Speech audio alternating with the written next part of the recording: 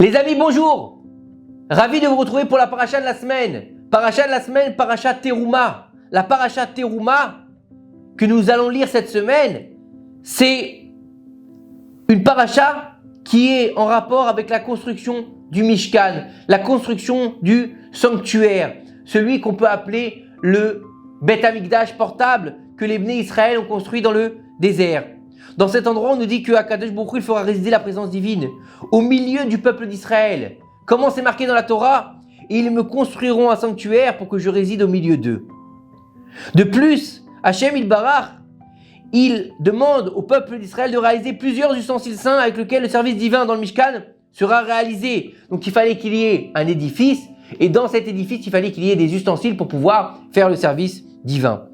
Et il faut savoir que parmi ces ustensiles, on va trouver l'autel des encens, sur lequel on faisait brûler l'encens, qu'on appelle l'autel des Kétorettes, la table des pains sur laquelle étaient disposés les 12 pains de proposition, d'un Shabbat à l'autre, et la sainte Ménorah qu'on allumait chaque jour. Donc 3 ustensiles très importants. Le Mizbeach HaKetoret, pour l'encens, la Shulchan Alechem, la table des pains, et la Menorah Akdosha. Et il faut savoir que l'objet le plus saint de tous les ustensiles du Mishkan, qui était placé dans l'endroit le plus sacré du Mishkan et aussi du Beth Amikdash, l'endroit qu'on nomme le Kodesh HaKodashim, donc ce qu'on appelle le Saint des Saints, c'était quoi? C'était l'arche d'alliance. Et dans cette arche d'alliance, qu'est-ce qu'il y avait? Il y avait les tables de la loi. Il y avait les premières tables de la loi qui ont été brisées, les deuxièmes tables de la loi que Moshe a fait descendre du Sinaï. Il y avait aussi le Sefer Torah de Moshe Rabbeinu qu'il avait écrit. Et il y avait aussi une tzintzénet de manne. C'est quoi une tzintzénet de manne? Il y avait un bocal où à l'intérieur était un petit morceau de manne que les Bnei Israël avaient mangé pendant 40 ans dans le désert. Et tout ça était dans l'arche d'alliance ou dans le Kodesh HaKodashim.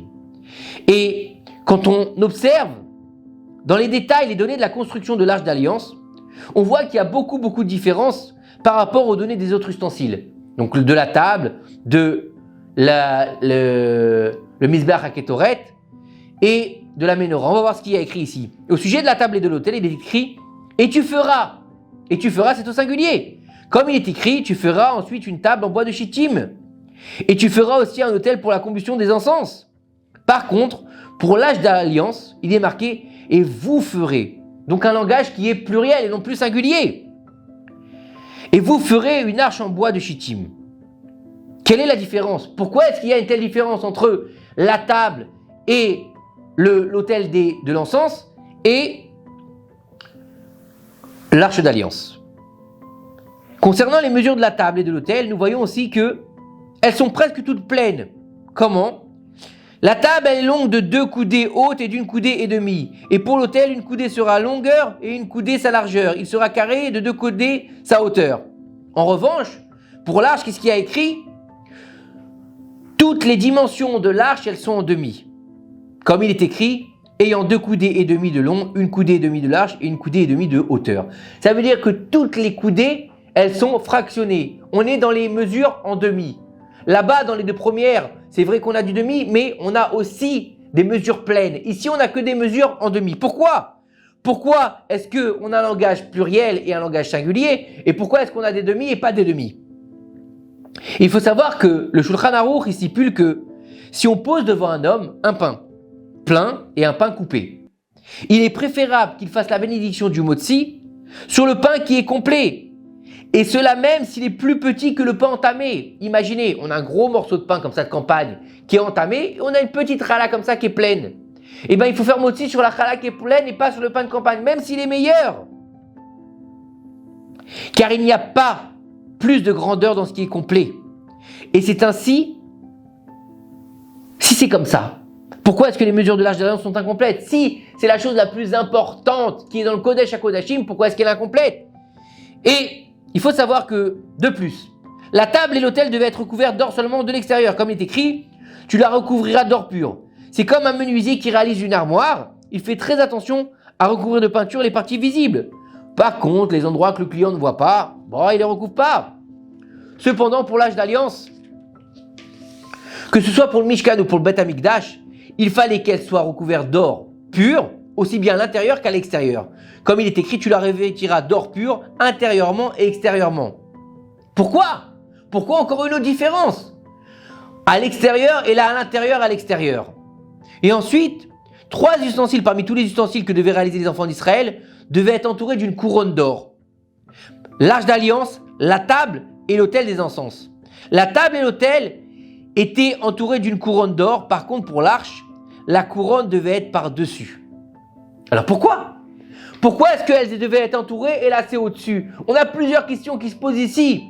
D'accord? Des différences de mesure, des différences de recouvrement, des différences de langage, des différences de couronne. Pourquoi toutes ces différences? Pourtant, c'est un ustensile qui est dans le Mishkan et dans le Beth Amikdash au même titre que la table, que l'autel de l'encens et que de la Ménorah. Pourquoi toutes ces différences? Et là, on va expliquer que pour comprendre cela, il faut préciser ce qui est écrit dans la Gemara Yoma au sujet des couronnes qui ornaient les 3 ustensiles.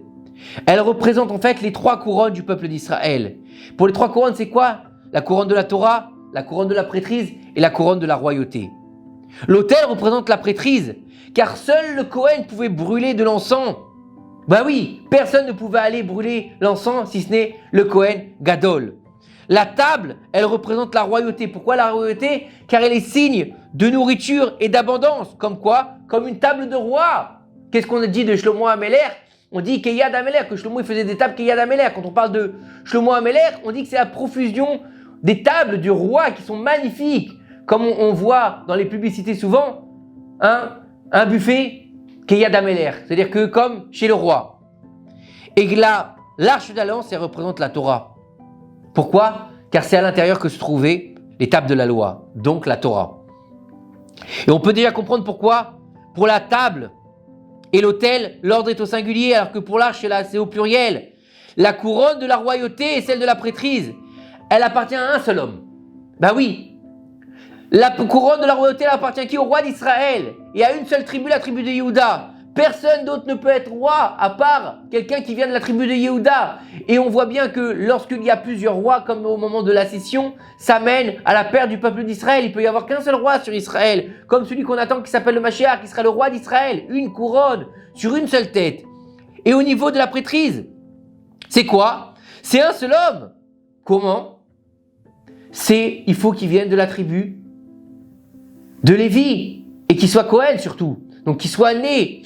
Aujourd'hui, c'est les Kohanim, on va dire qu'ils soient extraits de la tribu de Lévi à la base pour être le Kohen Gadol et pour devenir en fait un descendant d'Aaron qui lui vient de la tribu de Lévi. Mais en fait, c'est quoi? C'est quelqu'un qui vient, un Kohen tout simplement. Il n'y a que les Kohanim qui peuvent servir dans le temple pour allumer les encens. Et bien sûr, on a vu que aussi dans le service du temple, il y avait les Lévi'im. Et de qui sont extraits les Kohanim? De la tribu de Lévi. Donc on n'a que quelqu'un qui est un Kohen qui peut le faire. Donc la prêtrise, elle échoua qu'au Kohanim. Par contre, la couronne de la Torah, c'est quoi? Qu'on soit Kohen, Lévi, Israël, qu'on soit roi, qu'on soit pas roi, qu'on soit érudit, pas érudit, qu'on soit religieux, pas religieux, qu'on soit grand, petit, gros, maigre, riche, pauvre. La Torah, si on la désire, on peut la recevoir. La couronne de la Torah, elle s'adresse à tout le monde. En ce qui concerne toutes les mesures incomplètes, il faut savoir que lorsqu'un homme prend sur lui le joug de la Torah, il peut s'exposer à un danger. Souvent, lorsqu'un homme apprend beaucoup de Torah au fur et à mesure qu'il grandit dans son étude, qu'est-ce qui se passe? Eh bien, son Yetzer Hara aussi grandit. Et qu'est-ce qu'il va faire son Yetzer Hara? Il va lui insuffler un sentiment d'orgueil dans son cœur. Et tout d'un coup, qu'est-ce qui va se passer? Il va penser que personne ne sait étudier comme lui et comprendre comme lui. Et personne n'est capable de connaître la Torah aussi bien que lui. Nos sages ils nous disent que celui qui est rempli d'orgueil finira par tomber dans l'adultère et sera considéré aux yeux d'Hachem comme s'il avait fait de l'idolâtrie et qu'il avait connu toutes les débauches et qu'il avait construit un autel pour l'idolâtrie. Ça veut dire qu'il a fait de l'idolâtrie, il a fait la débauche et en plus il a construit un autel pour l'idole. Akadosh Baruch Hu, il dit Dieu orgueilleux, lui et moi on ne peut pas se tenir ensemble dans le monde. Donc tout homme qui étudie la Torah, il fera très attention à faire preuve d'une grande humilité, afin de ne pas tomber dans l'orgueil en pensant que quoi qu'il arrive, il sera toujours incomplet dans son étude. Ça veut dire que les mesures de l'arche d'alliance qui représentent la Torah, elles sont incomplètes pour que l'homme comprenne, en allusion, qui sera toujours incomplet, qui ne sera jamais au niveau de te dire, il n'y a que moi qui comprends la Torah. Et de comprendre que l'orgueil, c'est le plus grand défaut, et qu'Akadosh Baruch Hu, il va rejeter l'homme, parce qu'il va être détesté par Akadosh Baruch Hu. Maintenant, il faut comprendre pourquoi est-ce que l'arche, elle devait être recouverte d'or à l'intérieur et à l'extérieur. Rava, il dit à ce sujet dans la Gemara, tout érudit en Torah qui n'est pas dans son fort intérieur comme il paraît à l'extérieur, ce n'est pas un érudit. Toro Kebaro. Comme tu montes, tu dois être à l'intérieur. Des gens, ils sont habillés en rabbin, en religieux, et à l'intérieur, c'est leur allélu.com. D'accord? Ils sont des malades mentaux. Ils font semblant d'étudier la Torah et ils rentrent chez eux, ils parlent mal à leurs femmes, ils frappent leurs enfants, ils étudient pas correctement, ils mettent pas en pratique. C'est pas Toro Kebaro. Comment tu es à l'extérieur, tu dois être à l'intérieur. Donc c'est pour ça que la Torah doit être recouverte d'or à l'extérieur, à l'intérieur. Un ben Torah, il doit se comporter comme un ben Torah. Son cœur et ses pensées doivent être pures et saintes. Ce qui se voit à l'extérieur doit correspondre à ce qui est à l'intérieur. À tel point que Rabban Gamliel disait, tout étudiant en Torah qui n'est pas ce qu'il paraît ne devra pas entrer dans la maison d'études. En ce qui concerne la dernière question du placement de la couronne autour et au-dessus, nos sages ils nous disent, tout celui qui étudie la Torah en secret et avec pudeur, sa Torah l'ornera en dehors. C'est-à-dire que pour qu'un homme qui s'assoit pour étudier la Torah, qui n'est pas orgueilleux, qui est sincère et qui reste discret sur sa connaissance toranique, Hachem fera en sorte que sa Torah soit connue par un grand nombre de personnes. Les personnes qui recevront ces enseignements viendront de leur propre volonté, lui poseront sur la tête un diadème de grandeur. Il est écrit dans la Gemara, pour tout homme qui se rabaisse, Akadosh Baruch Hu l'élève. Et pour celui qui s'élève en pensant que cela vient de lui, Akadosh Baruch Hu le rabaisse. Tout celui qui recherche la grandeur le fuit. Et pour celui qui fuit la grandeur, elle le suivra. Pour accéder à la grandeur, sachons faire preuve d'humilité devant Akadosh Baruch Hu, parce qu'on n'est rien devant Akadosh Baruch Hu. Savoir que tout vient de lui, savoir que c'est lui qui décide de tout, et que tout ce qu'on possède, ça vient de lui. Si on se lève le matin et qu'on ouvre les yeux, c'est grâce à lui. Si on a un esprit pour comprendre ce qu'on étudie, c'est grâce à lui. Comment on peut s'enorgueillir de dire j'ai étudié à la Torah, je suis un sage, oui c'est un lapsus, un singe ou un sage. Comment est-ce qu'on peut dire ça? Je suis le Rab, appelez-moi le Mekoubal, appelez-moi le Gdol Ador. Non. Fuis les honneurs, ils te suivront. Comme on l'a vu avec Rav Ovadia Yosef, avec tous les grands de notre génération, Baba Saleh, Rav Kadouri, c'est des gens qui ont fui les honneurs. On leur a mis une couronne sur la tête, on leur a mis le diadème de la Torah sur leur tête. Qui c'est qui n'a pas connu Baba Saleh? Qui c'est qui n'a pas connu Rav Kadouri? Qui c'est qui n'a pas connu Rav Ovadia Yosef, tous ces grands, Rav Yoram, Zichrono Livracha, il était pashtout, il était simple, il vivait simplement comme un homme normal, comme un homme du peuple. Et c'était un géant en Torah, et les gens venaient par milliers le voir, parce qu'ils ont compris que celui qui fuit la grandeur, elle le suit. Qu'on arrive par ces quelques paroles à comprendre que notre but dans la vie, c'est de faire la volonté d'Hachem, en ayant l'humilité de comprendre qu'Akadosh Baruch Hu, il est tout, et nous sommes rien face à lui. Que ces quelques paroles de Torah nous aident à faire venir le Mashiach B'Mera B'Yamnu. Amen. Shabbat, Shalom, Umevorach.